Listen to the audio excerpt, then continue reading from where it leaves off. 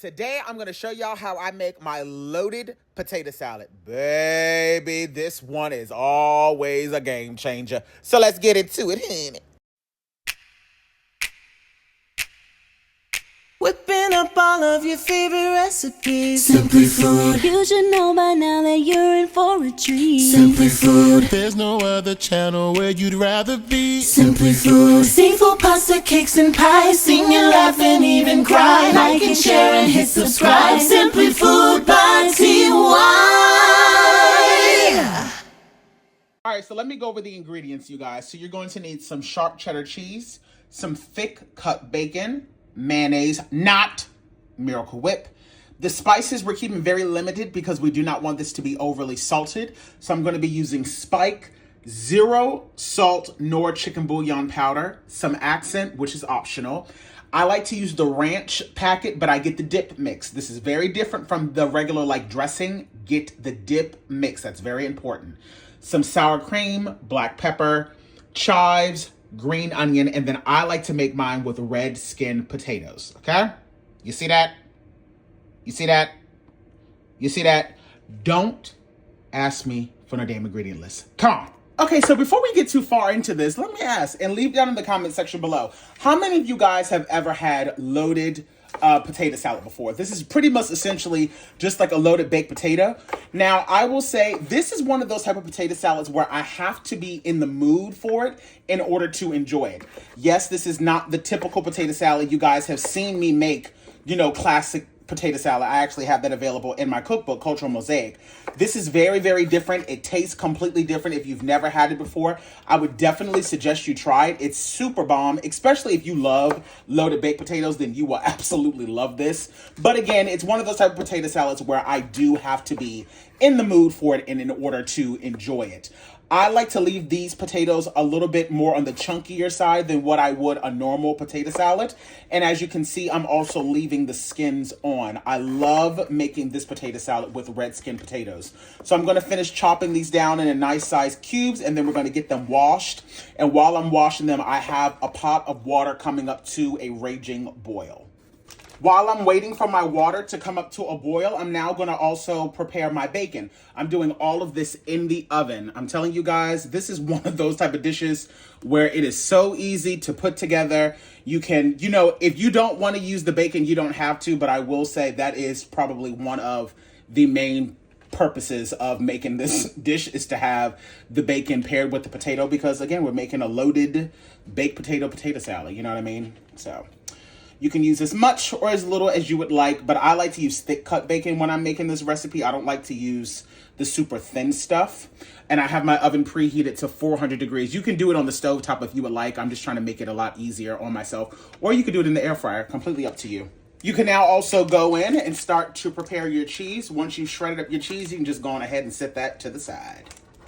We can now begin making the dressing, which is 1 cup of sour cream. This is full fat sour cream. We're not doing the light stuff. Not today, people. And this is a little bit overflowing, but that's, you know, that's totally fine, honey. Go on ahead and put that in the bowl. Add in your 1 cup of your mayonnaise. Again, not Miracle Whip. Don't piss me off.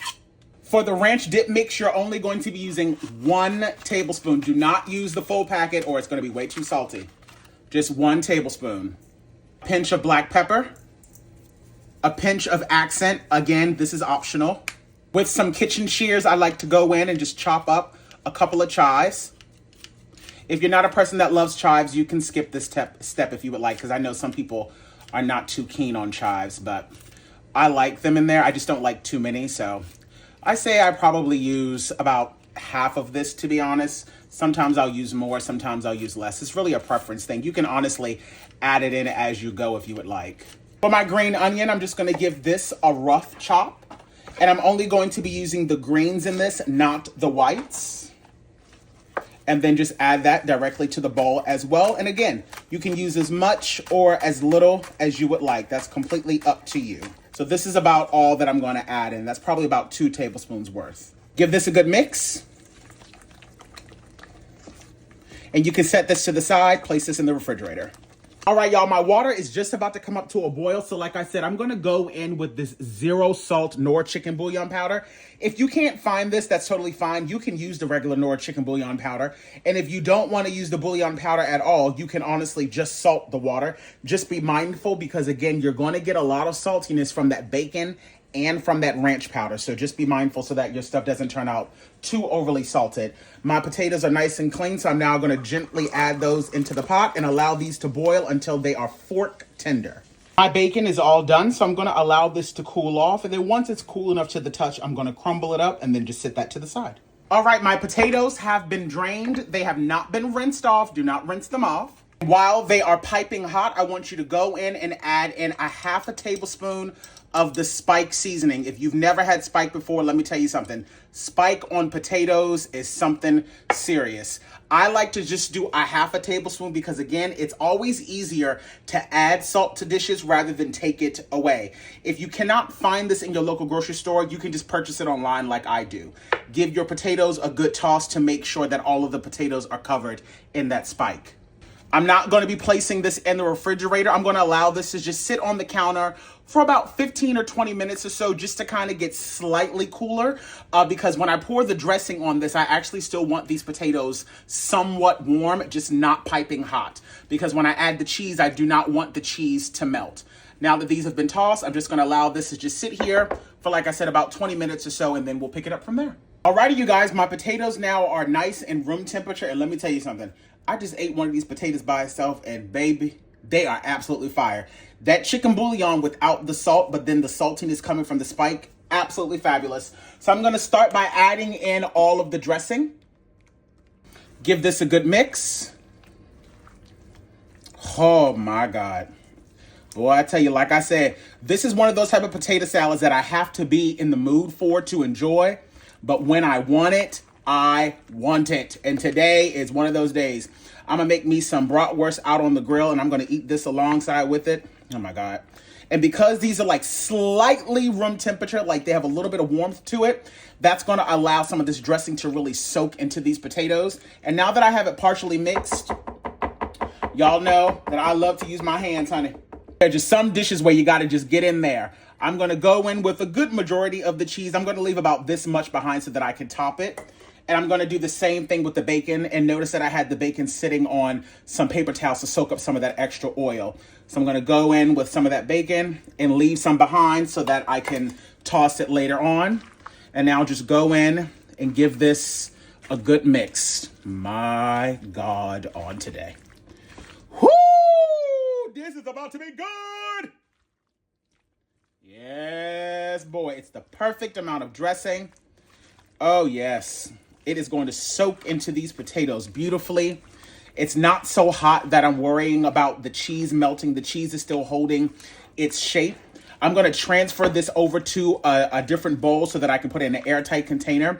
And I actually feel like this is best served cold the next day.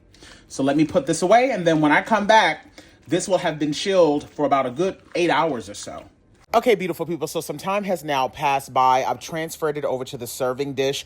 I'm topping it off with that leftover cheddar cheese, coming in with that crumbled bacon, and then I went on ahead and topped it off with a little bit more of the green onion for flavor, but also, of course, for color. When I tell you, this potato salad is so bomb. It is so different from your average potato salad, without a doubt, but it is so creamy. It is not runny. The potatoes are cooked to perfection.